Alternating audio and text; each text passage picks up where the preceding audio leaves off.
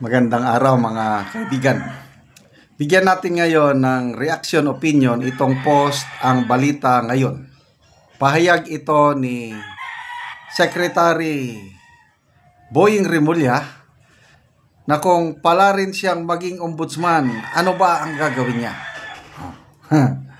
Ito, in his bid for the position of ombudsman, Justice Secretary Jesus Crispin Boying Rimulya asserted that his primary ambition is to end corruption irresponsibility. Wow naman!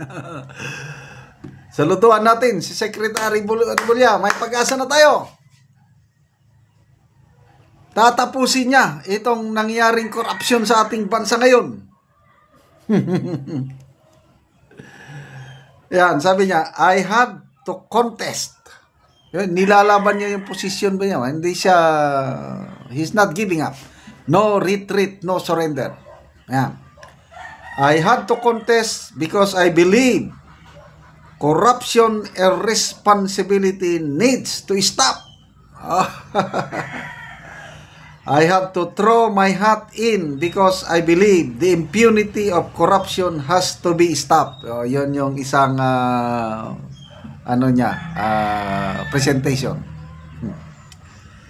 Rimulya added, he will not make the ombudsman a political weapon. However, pursuing clearance from the office of the ombudsman remains a challenge for him, a non-negotiable requirement of the Judicial and Bar Council to be included in the short list of applicants. Okay. So ito, corruption muna tayo ha. Lahat nag-agree. Talamak ang corruption ngayon. Pati ang Pangulong Marcos Jr. Inaamin niya ng talamak ang korupsyon. At gusto rin ng Pangulo na matapos na ito, gusto niyang mag-iwan ng legacy na pag-alis niya sa pwesto, hindi siya maalala ng taong bayan na most corrupt administration. Kaya nag-double time siya ngayon. After 3 years, saka lang siya lumalaban sa korupsyon. Dinisolve niya ang Presidential Anti-Corruption Commission. Ngayon, bumubuo ulit ng panibagong korupsyon. So, yan.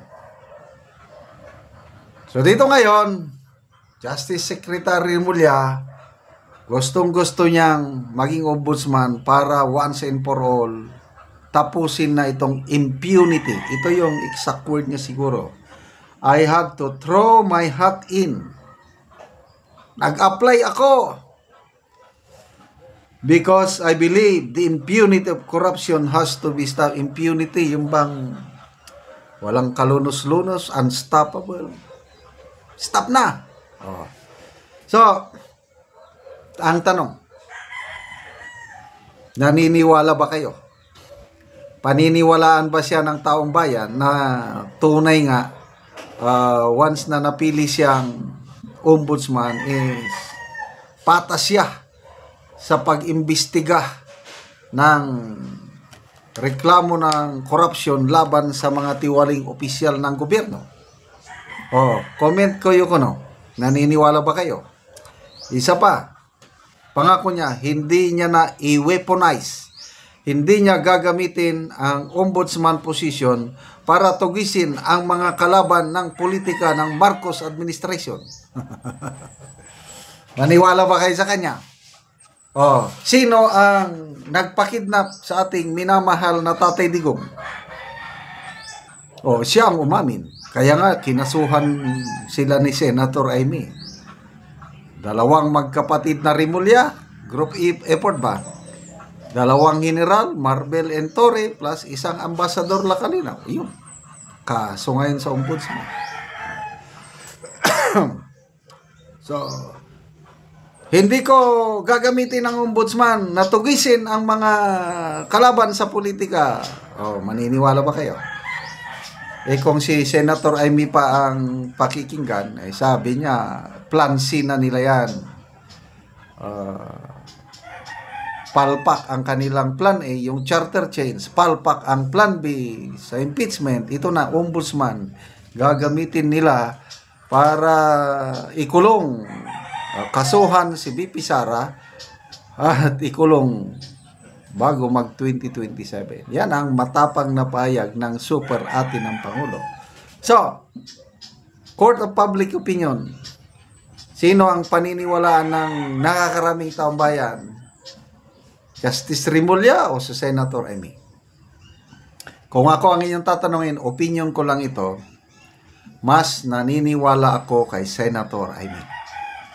Hindi nasayang ang boto ko kay Senator Amy. Salamat at nanalo siya, nandyan pa rin.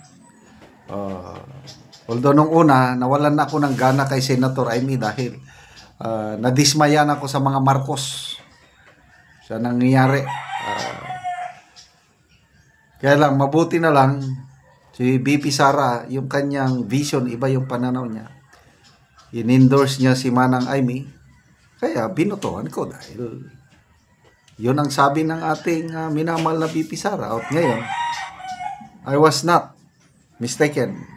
Tama yung desisyon kasi nga lumalabas ngayon ang daming tulong ni Senator Amy. Isipin ninyo, kung hindi nag-imbestiga si Senator Amy sa Senate Foreign Relations Committee noong 19th Congress, so walang na-file nga kaso kay Secretary Rimulya. Dahil wala siyang kaso, wala na. Easy ride. Smooth selling na ang kanyang application. Ngayon, wala pa siyang clearance. Non-negotiable yan. So, mabuti itong si Senator Amy, nagre-reklamo na siya. Nag-send siya ng opposition sa Judicial and Bar Council. So, I believe marami ang nagpadala ng reklamo against kay Secretary Boying Rimulya. At yun, i-consider yun ng Judicial and Bar Council. 7 po ang members ng Judicial and Bar Council. 7. Pang-7, Secretary of Justice. So dahil aplikante si Secretary Boying, 6 na lang ang boboto. So kailangan pala ang isang nominee o aplikante dapat makakuha ng 4 votes. Sa 6 na members, dapat bobotohan. Example, si Secretary Boying. Dapat may boboto sa kanya na 4 members sa 6 na members ng council para maisama siya sa short list. Pag walang boboto na 4, wala siya. Kahit may clearance pa siya. So, una muna, clearance. Pag wala siyang clearance, kahit binotohan siya ng 4 na members ng council, wala pa rin. Kaya, medyo alanganin pa rin. Namimiligro pa rin ang ambisyon ni Secretary Boying na maging ombudsman. So, let's pray na sana ang acting ombudsman, sana ang mga in charge sa clearances sa ombudsman, gawin nila kung ano ang tama. Huwag sila padadala sa pressure o kung ano man. Okay, salamat mga kaibigan sa inyong pagsubaybay sa ating channel. Nakakatulong kayo ng malaki sa tribong Talandig ng Bukidnon dahil ang channel natin na ito pantulong sa tribo ang ating sweldo.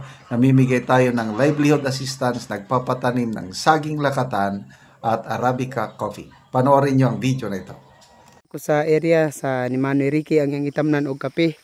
So gitabangan siya ni Manoy Boy sa pag-abono og mag-spray. So akong bisit. Abono sa kape ni Ricky, gitabangan nako siya pag abono.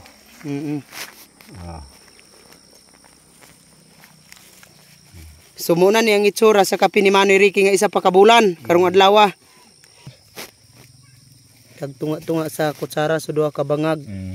Na sa ibabaw ang bangag, isa pa siya ka bulan maayo na ang tubo.